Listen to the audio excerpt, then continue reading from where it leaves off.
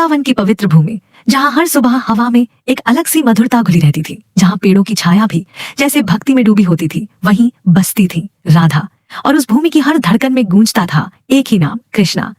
कृष्ण की बांसुरी की धुन जैसे ही गूंजती, पूरा वृंदावन थम सा जाता। गायें चरना भूल जाती, नदी का बहाव भी जैसे धीमा हो जाता, और राधा राधा तो जैसे उस धुन की ओर खींची चली आती। उनके लिए वह धुन सिर्फ संगीत नहीं थी, बल्कि उनके प्रेम की आवाज थी। राधा का प्रेम साधारण नहीं था, वह ऐसा प्रेम था जिसमें पाने की इच्छा नहीं थी, बल्कि सिर्फ समर्पण था। उन्होंने कभी कृष्ण से कुछ मांगा नहीं, कभी यह नहीं कहा कि आप सिर्फ मेरे हो। उनका प्रेम किसी बंधन में बंधा नहीं था, बल्कि पूरी तरह स्वतंत्र और निस्वार्थ था। एक दिन वृंदावन की गोपियां राधा के पास आईं और बोली, राधा, तुम कृष्ण से इतना प्रेम करती हो, फिर तुम उनसे अपने रिश्ते को एक नाम क्यों नहीं देती? क्यों नहीं उन्हें अपने पास हमेशा के लिए रोक लेती? राधा मुस्कुराई। उनकी आंखों में एक गहराई थी, जैसे वह कुछ ऐसा जानती हो जो बाकी दुनिया नहीं समझ पाती। उन्होंने शांत स्वर में कहा, प्रेम को नाम की जरूरत नहीं होती। अगर प्रेम सच्चा हो तो वह किसी रिश्ते का मोहताज नहीं होता। गोपियां चुप हो गईं, लेकिन उनके मन में अब भी सवाल था। तब राधा ने आगे कहा, अगर मैं कृष्ण को बांधने की कोशिश करूं तो वह प्रेम नहीं, स्वार्थ होगा। सच्चा प्रेम वह होता है जो सामने वाले को स्वतंत्र रहने दे, जो उसे खुश देखकर खुश हो सके। समय बीतता गया और एक दिन वह पल भी आया जब कृष्ण को वृंदावन छोड़कर मथुरा जाना पड़ा। यह खबर पूरे वृंदावन में आग की तरह फैल गई। हर कोई दुखी था, हर कोई रो रहा था।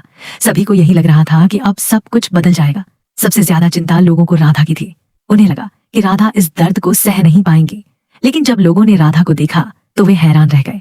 राधा शांत थी, उनकी आंखों में आंसू नहीं थे, बल्कि एक अजीब सी स्थिरता थी।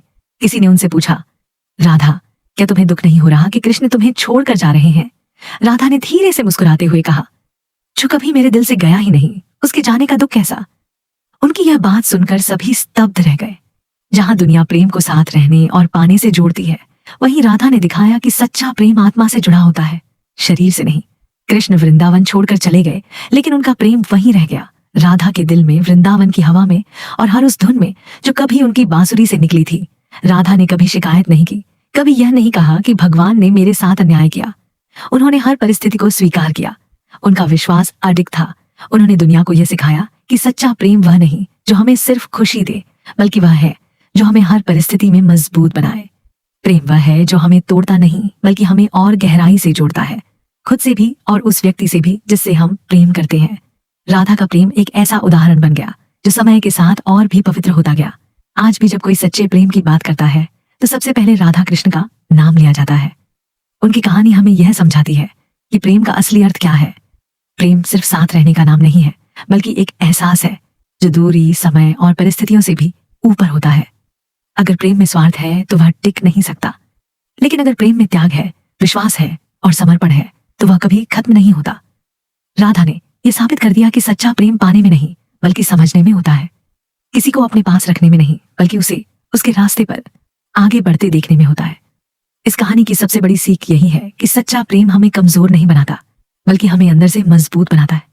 यह हमें सिखाता है कि कैसे बिना किसी उम्मीद के भी हम किसी से जुड़ सकते हैं, कैसे बिना साथ हुए भी हम किसी को अपने दिल में हमेशा के लिए रख सकते हैं।